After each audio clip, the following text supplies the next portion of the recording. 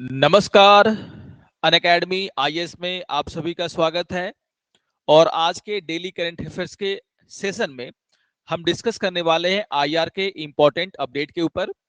और यहाँ पर आप देखोगे आज के न्यूज़पेपर में जो है इसको लेकर के काफी सारे डिस्कशन भी छपे हुए हैं। कल और आज के पेपर में काफी इसको लेकर के डिस्कशन आया कि यहाँ पर जो रूस के प्रेसिडेंट हैं, यानी कि हम लोग पुतिन की बात कर रहे हैं, वो इस बात के लिए राजी हो गए हैं कि यूएस और जो यूरोप के कंट्रीज हैं वो यूक्रेन को जो है, जो नेटो के सदस्यों को, जो उसका आर्टिकल 5 है उसके तहत जो एक सुरक्षा कवर दिया जाता है, वैसा कोई कवर जो है वो यूक्रेन को प्रदान कर सकते हैं।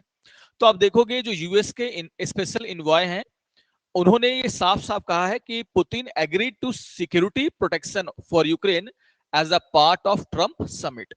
तो यहां पर जो बातचीत हो रही है यूएस और प्रेसिडेंट और रसिया के प्रेसिडेंट के बीच में, उससे पहले आप देखोगे ये न्यूज काफी इंपॉर्टेंट है। और यहां पर आप देखोगे हम डिस्कस करेंगे, हमारा जो मेन पर्पस है वो डिस्कस करना है कि आखिर नेटो और नेटो का जो आर्टिकल 5 है वो है क्या।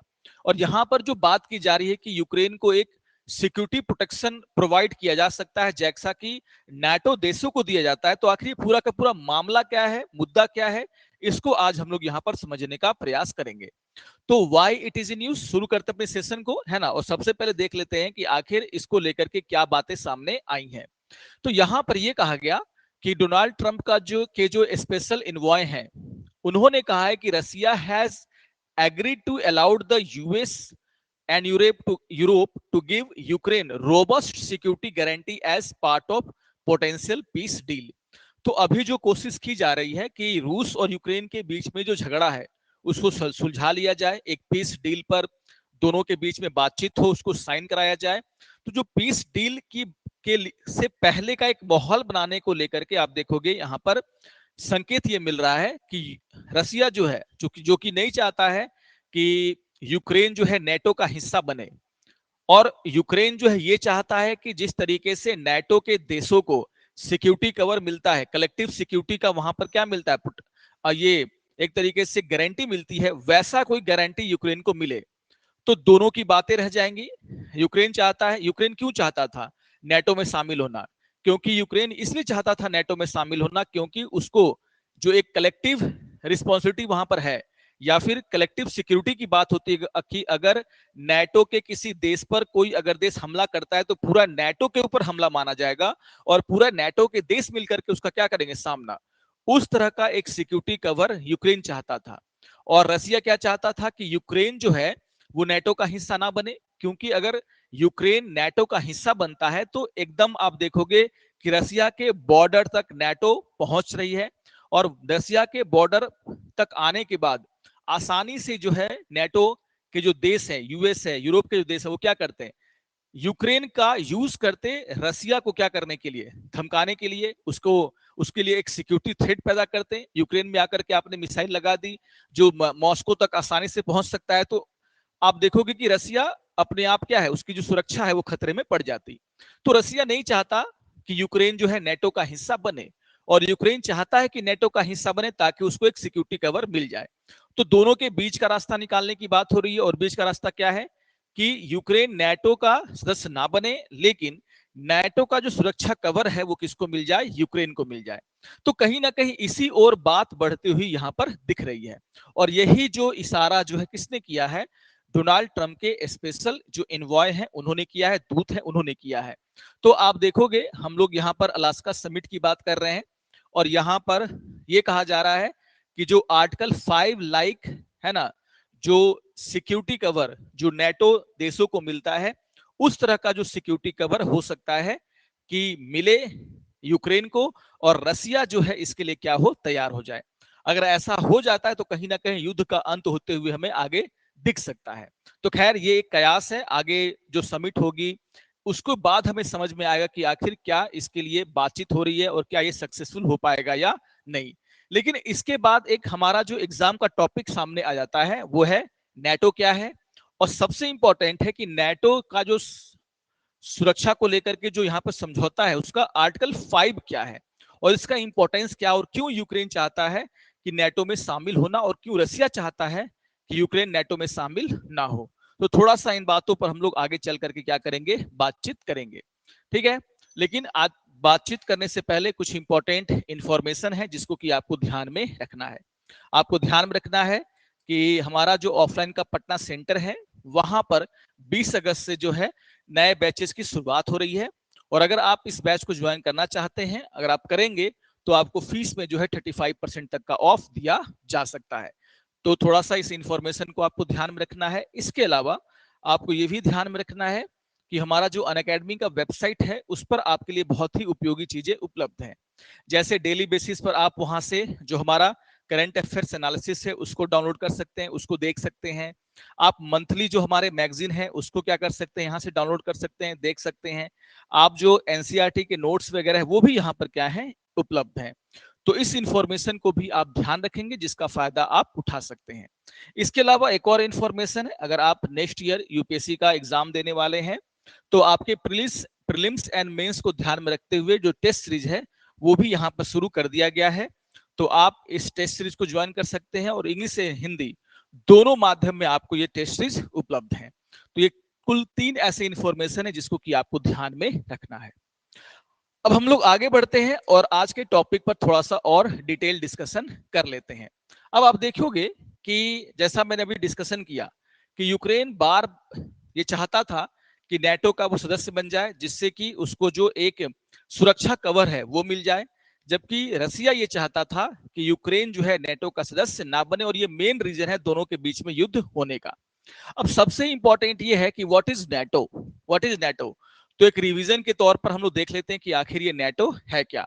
तो नेटो जब मैं बोलता हूं तो आप याद रखिएगा कि इसका जो है जो नेटो है वो एक वेस्टर्न सिक्योरिटी क्या है, अलायंस है, नॉर्थ अटलांटिक ट्रीटी है ना, आप सभी जानते हैं। और 4 अप्रैल 1949 को सेकेंड वर्ल्ड वॉर खत्म हुआ। उसके बाद आप देखोगे कि जो भी दुनिया में थ्रेट्स थे, ऐसा दोबारा से कोई थ्रेट ना पैदा हो, ऐसा कोई वॉर ना हो, तो कहीं ना कहीं आप देखोगे कि एक कलेक्टिव जो है अलायंस, सिक्योरिटी अलायंस बनाया गया वेस्टर्न यूरोप के देशों के द्वारा। और 4 अप्रैल 1949 को जो है 12 देशों के द्वारा नेटो का क्या किया गया, निर्माण। 12 फाउंडिंग मेंबर है किसके, नेटो के। यहाँ पर नाम दिया हुआ है, आप देख सकते हैं, बेल्जियम है, कनाडा है, डेनमार्क है, फ्रांस है, आइसलैंड है, इटली है, लग्जमबर्ग है, नीदरलैंड है, नॉर्वे, पुर्तगाल है ना, यूके और यूएस। इन देशों के द्वारा, इन 12 देशों के द्वारा आप देखोगे कि जो वॉशिंगटन जो एक ट्रीटी है उस पर साइन किया गया, और 4 अप्रैल 1949 को जो है किसका गठन किया गया, नेटो का गठन किया गया। जो साफ साफ कह रहा है कि ये क्या है, वेस्टर्न कंट्रीज का क्या है, सिक्योरिटी अलायंस है। सिक्योरिटी अलायंस का मतलब ये है कि सीधे सीधे इनका उद्देश्य साफ है कि ये सुरक्षा के पर्पज से एक साथ आए हैं। अगर इन देशों पर कोई हमला होगा या फिर इन देशों को कहीं पर कोई ऑपरेशन चलाना है, तो नेटो के सभी देश मिलकर के क्या करेंगे, उस ऑपरेशन में हिस्सा लेंगे, पार्टिसिपेट करेंगे। तो ये क्या है, घोषित रूप से एक सिक्योरिटी अलायंस है। और यहां पर आप देखोगे कुछ फैक्ट्स हैं जिसको कि आप ध्यान में रखोगे नेटो को लेकर के। यहां पर देखिए नेटो का जो चार्टर है वो दिया गया है। तो NATO was created by 12 country from Europe and north America on 4 अप्रैल 1949। और उसके बाद से इसका जो जो मुख्य विशेषता है कि यहां पर यह कहा गया कि अगर नेटो के किसी एक देश पर हमला होता है तो यह माना जाएगा कि नेटो के सभी देशों पर क्या हुआ है, हमला, और सभी देश मिलकर के क्या करेंगे, उसको रोकने का काम करेंगे, उसके खिलाफ खड़े हो जाएंगे। ये जो एक इंपॉर्टेंट चीज है, इसके कारण आप देखोगे कई देश आगे चल करके नेटो में क्या होते हैं, शामिल। तो 12 तो आपके क्या थे, फाउंडिंग मेंबर थे। उसके बाद आप देखोगे कि सिंस देन यानी कि बनने के बाद आप देखोगे 20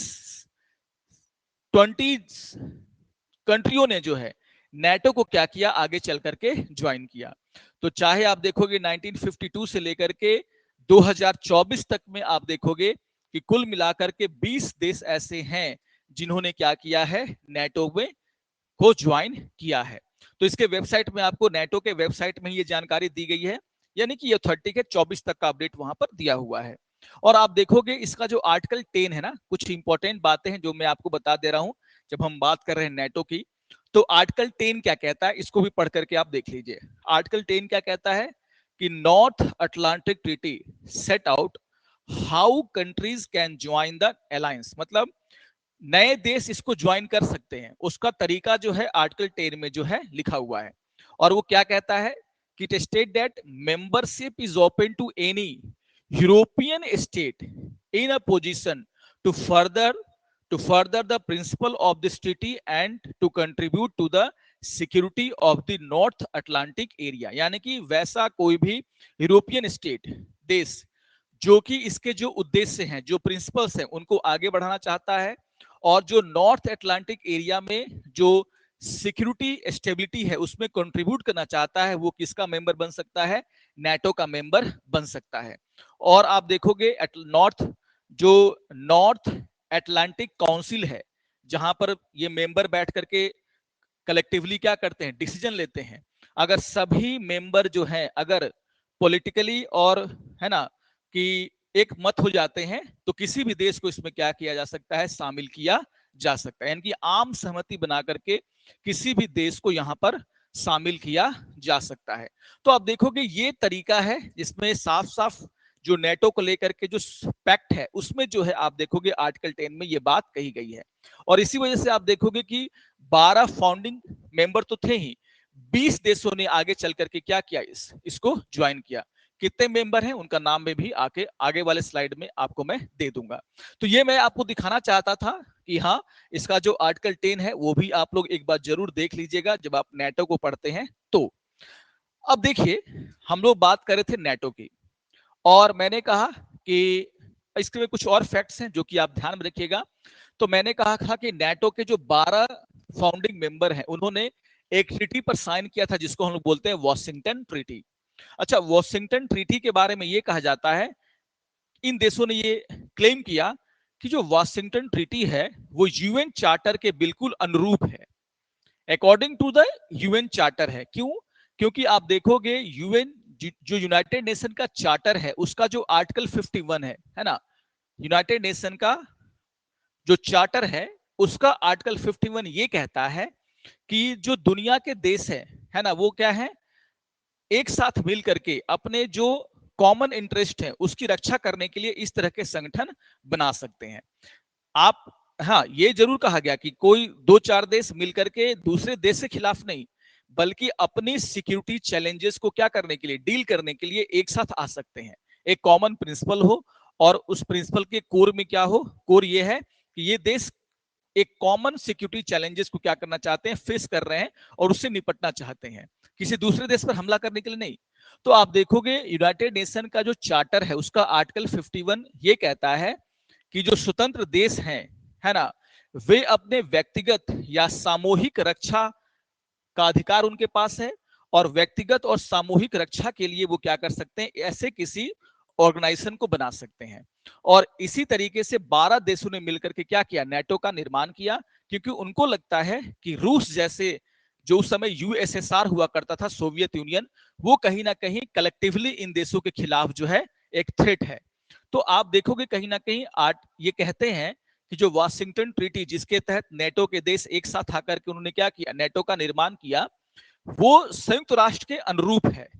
तो संयुक्त राष्ट्र खुद ये कह रहा है कि जो स्वतंत्र राज्य हैं, जो देश हैं, वो क्या कर सकते हैं? अपने व्यक्तिगत या सामूहिक रक्षा के लिए जो है इस तरह के ऑर्गेनाइजेशन बना सकते हैं। हमने वहीं से सहारा लेकर के क्या किया है? नेटो का इस्तेमाल किया, का गठन किया है।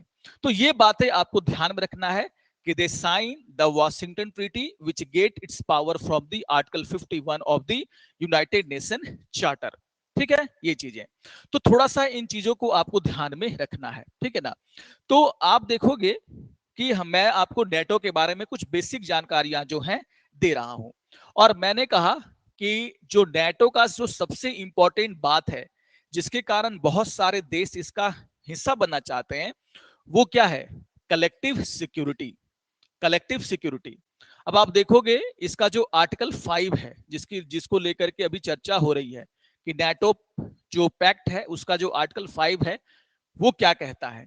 तो आर्टिकल 5 क्या कहता है? आर्टिकल 5 ये कहता है कि an attack on any of the member is seen as the attack on all of them and demand collective action. यानी कि अगर मान लीजिए नेटो के किसी भी देश पर, यानी कि अगर मान लीजिए यूक्रेन बन जाता मेंबर किसका, नेटो का। तो NATO being a member of NATO, अगर रूस जो है क्या करता, उस पर हमला करता, तो ये माना जाता कि रूस ने सिर्फ यूक्रेन पर हमला नहीं किया, बल्कि पूरे के पूरे जो नॉर्दर्न अलायंस है, यानी कि जो नेटो है, उस पर हमला किया है। और फिर उसके 32 देश मिलकर के क्या करते, इस हमले का जवाब देते। तो आप देखोगे कि अगर कोई देश नेटो का सदस्य बन जाए तो उसको एक कलेक्टिव सिक्योरिटी कवर जो है मिल जाता है। क्योंकि नेटो ट्रीटी का आप देखोगे आर्टिकल 5 ये साफ साफ कह रहा है कि an attack on any of the member is seen as a attack on all of them and demand collective action. ठीक है, और ये आर्टिकल क्यों डालना पड़ा, यहां पर यह कहा जाता है कि उस समय आप देखोगे सेकेंड वर्ल्ड वॉर के बाद अमेरिका और सोवियत यूनियन के बीच में जो राइवलरी थी, जिस तरीके से सोवियत यूनियन यूरोप में अपना इन्फ्लुएंस बढ़ाना चाह रहा था, जिससे अमेरिका अपना इन्फ्लुएंस बढ़ाना चाह रहा था, यही कारण था जिसके कारण आप देखोगे इस ट्रीटी में आर्टिकल 5 का ये वर्ड आपको देखने को मिल रहा है। क्योंकि ये बताना चाहते थे कि अगर सोवियत यूनियन ने नेटो के किसी भी मेंबर को छूने का प्रयास किया, उस पर हमला करने का प्रयास किया, तो रूस के खिलाफ पूरा का पूरा जो नॉर्दर्न अलायंस है, नेटो है, वो क्या करेगा, पूरी तरीके से क्या करेगा, उस पर हमला करेगा।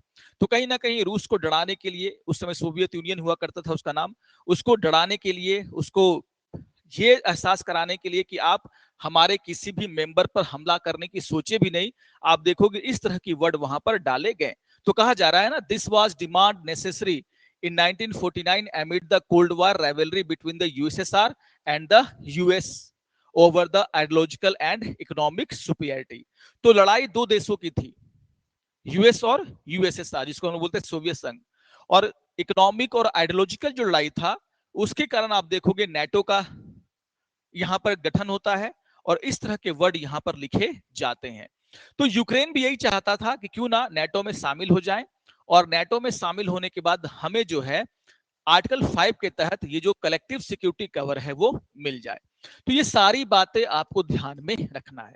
आपको ये भी ध्यान में रखना है कि नेटो का सामना करने के लिए और उसको काउंटर बैलेंस करने के लिए आप देखोगे 1955 में सोवियत यूनियन यानी कि यूएसएसआर के द्वारा जो है किसका किसको क्रिएट किया जाता है, क्रिएट किया जाता है वार्सा पैक्ट को। क्या बोलते हैं हम लोग, वार्सा पैक्ट, जो कि अब तो खत्म हो चुका है।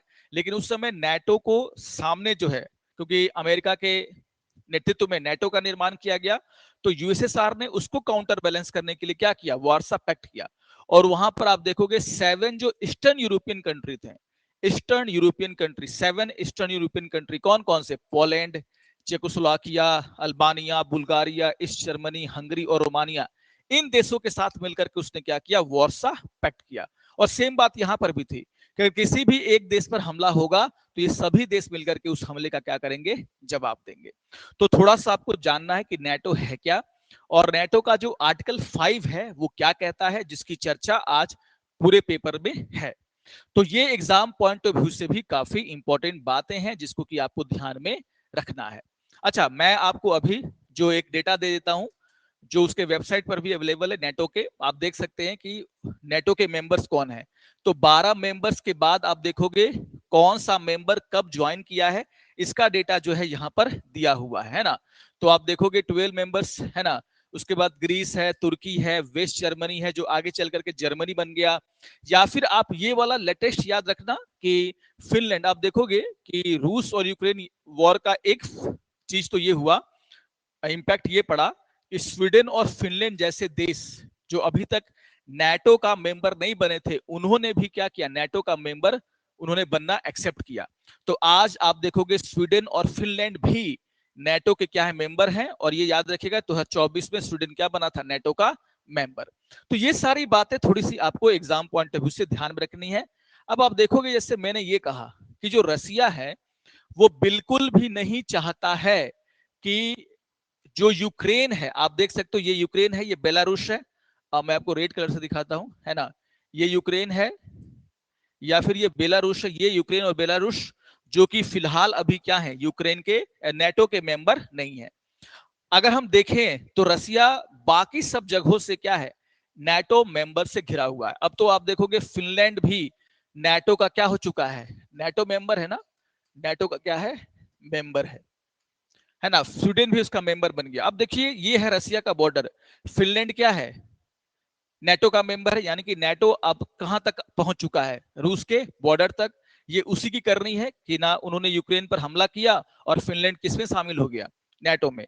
अब आप देखोगे ये एस्टोनिया है, लातविया है, लुथानिया, ये सभी क्या है, नेटो के मेंबर हैं। यानी कि ऑलरेडी आप देखोगे बहुत सारा जो जो रूस का जो सीमा है वो ऑलरेडी नेटो कंट्रियों से क्या है, मिल रहा है ना। आप देखोगे एक ही ये यूक्रेन और बेलारूस जैसे देश जो हैं, है ना, और कुछ कुछ देश इधर, वो क्या है, अभी नेटो के मेंबर नहीं है। और अगर यूक्रेन भी नेटो का मेंबर बन जाता तो आप देखोगे पूरा का पूरा ये जो बॉर्डर है ना, पूरा का पूरा बॉर्डर वो नेटो मेंबर से जुड़ा होता। और रसिया इसको मानता है अपने लिए खतरा। उनको लगता है कि यहां पर मिसाइल एक लगा दिया किसने, यूएस ने, यूक्रेन को मिलाकर के यूक्रेन के बॉर्डर पर आकर मिसाइल लगा दिया तो जो रसिया की सुरक्षा है वो क्या पड़ सकती है यहाँ पर खतरे में। और इसलिए रूस नहीं चाहता है क्या कि यूक्रेन जो है नेटो का मेंबर बने।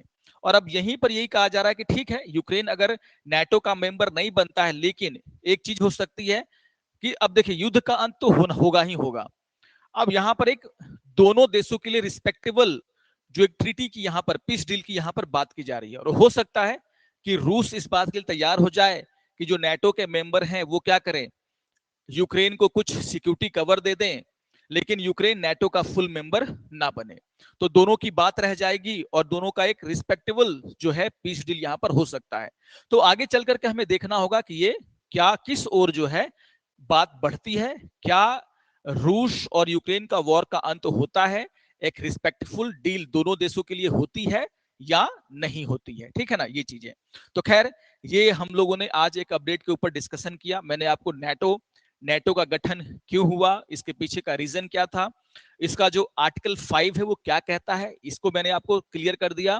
क्यों रूस नहीं चाहता है कि यूक्रेन नेटो का मेंबर बने और क्यों यूक्रेन चाहता है कि वो नेटो का मेंबर बने, दोनों को हमने यहां पर क्लियर कर लिया है। तो आशा करता हूं कि आपको आज का ये सेशन पसंद आया होगा। अगर आपको अच्छा लगे तो आप जरूर इसको लाइक करेंगे, अपने कमेंट हमें देंगे। तो मिलते हैं इसी तरह के कुछ इंपॉर्टेंट अपडेट को लेकर के, उस पर डिस्कशन को लेकर के। तब तक के लिए नमस्कार और धन्यवाद।